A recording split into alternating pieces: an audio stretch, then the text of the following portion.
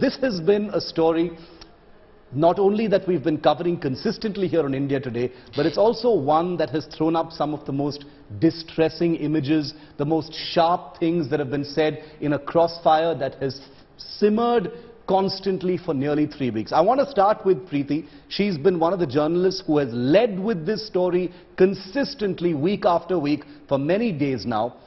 Preeti, there's a bit of a lull now because for the moment there appears to be some kind of a waiting period between now and June the 15th, when further action will be taken. But so far, and we know that things are still changing even now, this is a story that has distressed many. The allegations are very sharp. There is a sense of disbelief in different parts of the country about why action has not been taken and why things have been allowed to come to a head.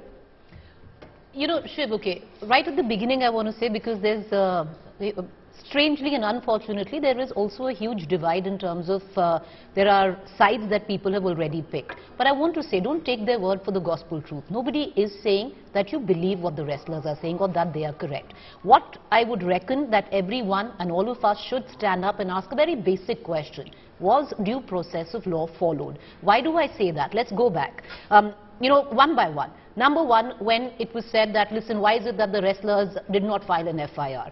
For example, for a lot of our viewers, if you're working, or a lot of us, even in our organization, if there was a sexual assault case, you'll first go to your own committee, right? You'll go to your committee, your sexual harassment committee, and you will go and say that, listen, this is what has transpired and this is what has happened to me. And after that, if no action is taken, will you go and lodge an FIR, right? So that is what these guys did. They went in with their complaint. However, what really went down was that an FIR was not lodged. How is it that a minor at that point of time, that girl was a minor? She still is a minor, not a minor, we don't know that. That's become a big talking point now. No, we don't know that because a statement, let me finish.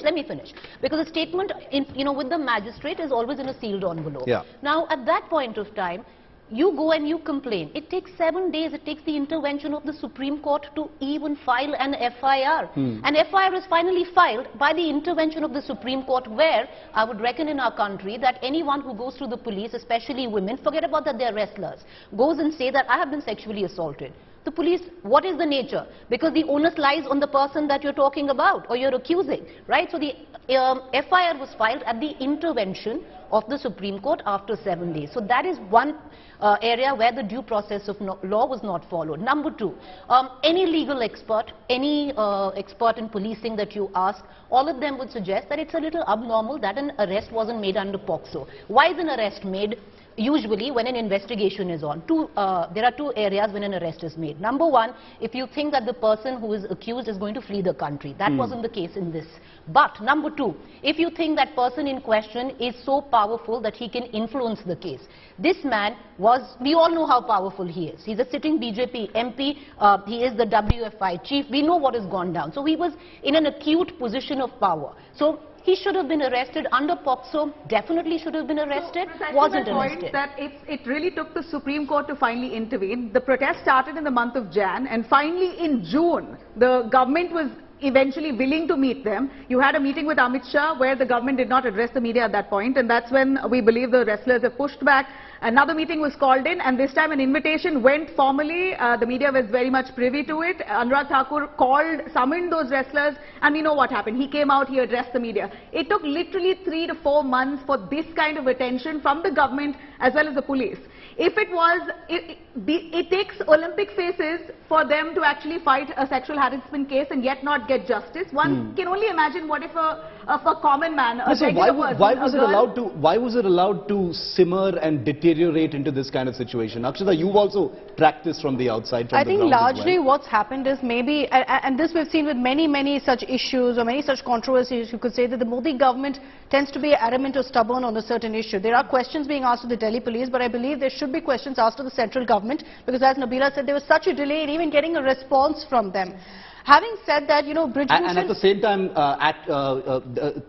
motives were being attributed as well. Exactly, right from exactly. The start. So many questions. So, see, a very clear, relentless social media campaign also that was launched, I think, a few weeks back, when constantly our timeline was flooded with "but why" about the wrestlers and their campaign. But yes, Brij Bhushan is influential. Yes, he's powerful. the optics right now are bad for the government. You know, you've got support pouring in for the wrestlers. I'm talking about sportspersons, I'm talking about Jat leaders, I'm talking about a farmer leader like Rakesh Tikait. So you'd think that in such a circumstance, things would change. But have they really? You've got comments, you've got meetings happening, but has that changed? It's also a familiar situation where things have, chasing optics. Things have actually gotten worse optically based on how things have been treated. Because of what happened on Parliament Day. Sneha, how do you think it all turned out? Yes, absolutely horrible. And I think if there's anybody who looks just terrible in this, it's the government of India. From the meeting that took place last Saturday in Amit Shah's house, that was really hush-hush. Then from that time till the time they met the sports minister, there were just so many stories. Akshata said social media, I would say even the mainstream media, about how there is a truce, how there's an understanding. Today Vinesh Fogart has put out a tweet saying that as part of the investigations, one of the wrestlers was taken to the house of Brij Bhushan. But look at the spin doctors. They've been saying there's an understanding, there's truce. So it's not just the government, it's also the way the media has handled it. Also the kind of focus it got. Everyone was forced to cover the story because of India Today. Well, absolutely. And also just let this matter simmer for so many days together. I mean, forget for a moment that they're wrestlers. A group of women and men sitting at Delhi's Jantar Mantar. The government of India seems to be so indifferent. The women ministers are quiet. Otherwise, they would run to the NCW. And look at the optics of this is horrible. International federations have had to come out and say, listen, do something, at least appear to be sensitive, at least fake it.